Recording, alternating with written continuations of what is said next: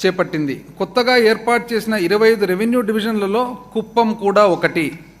ఇది ప్రజలకు పాలనలో మరింత చేరువ చేయడంతో పాటు ప్రభుత్వాన్ని మరింత జవాబుదారీగా మరియు సమర్థవంతంగా చేసింది. నూతన సమీకృత కలెక్టరేట్ భవన సముదాయాల నిర్మాణం ప్రజలకు సేవలను మరింత చేరువ చేసింది.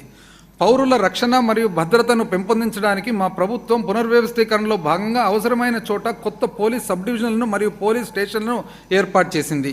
ఉదాహరణకు కుప్పం పోలీస్ సబ్ డివిజన్ను 6 పోలీస్ స్టేషన్ల పరిధితో ఏర్పాటు చేయడం జరిగింది. అధ్యక్ష, రెవెన్యూ డివిజన్ కానీ పోలీస్ సబ్ డివిజన్ కానీ కుప్పం అని చెప్పి నేను ప్రత్యేకంగా ఎందుకు చెప్తున్నానంటే అది వేరే ఆలోచనతో కాదు అధ్యక్ష. ఈరోజు దురదృష్టవశాత్తు లేరు లీడర్ ఆఫ్ అపోజిషన్, కానీ ఉన్నింటే మన ప్రభుత్వం కానీ మన పాలన కానీ గౌరవ ముఖ్యమంత్రి గారు కానీ ఏదైనా కానీ అందరికీ సమానత్వం, ఏ ఒక్కరిని కూడా తక్కువగా ఎక్కువగా చూడకుండా ప్రతి ఒక్కరిని సమానత్వంతో నీడ్ బేస్డ్ గవర్నెన్స్ ఇచ్చినామని చెప్పి తెలియజేసేదానికి నేను చెప్తా ఉన్నాను అధ్యక్ష. లేకుంటే ఈరోజు ఈ సమయంలో రెవెన్యూ డివిజన్ కానీ పోలీస్ సబ్ డివిజన్ కానీ కుప్పంకి వచ్చిందంటే అది మన పరిపాలన అనేది ఒక చిహ్నం అని చెప్పి మీకు తెలియజేస్తా ఉన్నాను అధ్యక్ష. ప్రతి జిల్లాలో దిశ పోలీస్ స్టేషన్లు ఏర్పాటు చేయడమే కాకుండా రాష్ట్ర వ్యాప్తంగా పుణ్యక్షేత్రాలు మరియు పర్యాటక ప్రాధాన్యత కలిగిన 20 ముఖ్య ప్రాంతాల్లో పర్యాటక పోలీస్ స్టేషన్లు ప్రారంభించబడ్డాయి.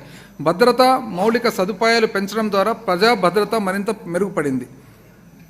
గడప గడపకు మన ప్రభుత్వం అనే కార్యక్రమం ద్వారా ప్రజాప్రతినిధులు పౌరుల నుండి నేరుగా ప్రాథమిక సౌకర్యాలు మరియు మౌలిక సదుపాయాల అవసరాలను తెలుసుకొని వాటిని సమకూర్చడం ద్వారా బాధ్యతాయుతమైన పాలన అందజేస్తున్నారు.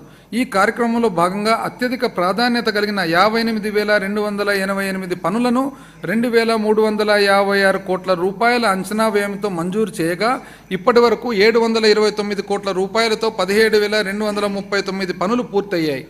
రాష్ట్రంలో భాగస్వామ్య ప్రజాస్వామ్యాన్ని ముందుకు తీసుకువెళ్లడమే కాకుండా స్థానిక సంస్థలను ఆర్థికంగా మరింత బలోపేతం చేయడానికి మా ప్రభుత్వం 4వ రాష్ట్ర ఆర్థిక సంఘం సిఫార్సులను ఆమోదించి 5వ ఆర్థిక సంఘాన్ని కూడా ఏర్పాటు చేసింది. రెండవది అధ్యక్ష, మొట్టమొదటి అధ్యక్ష సుపరిపాలన ఆంధ్ర అయితే, రెండవది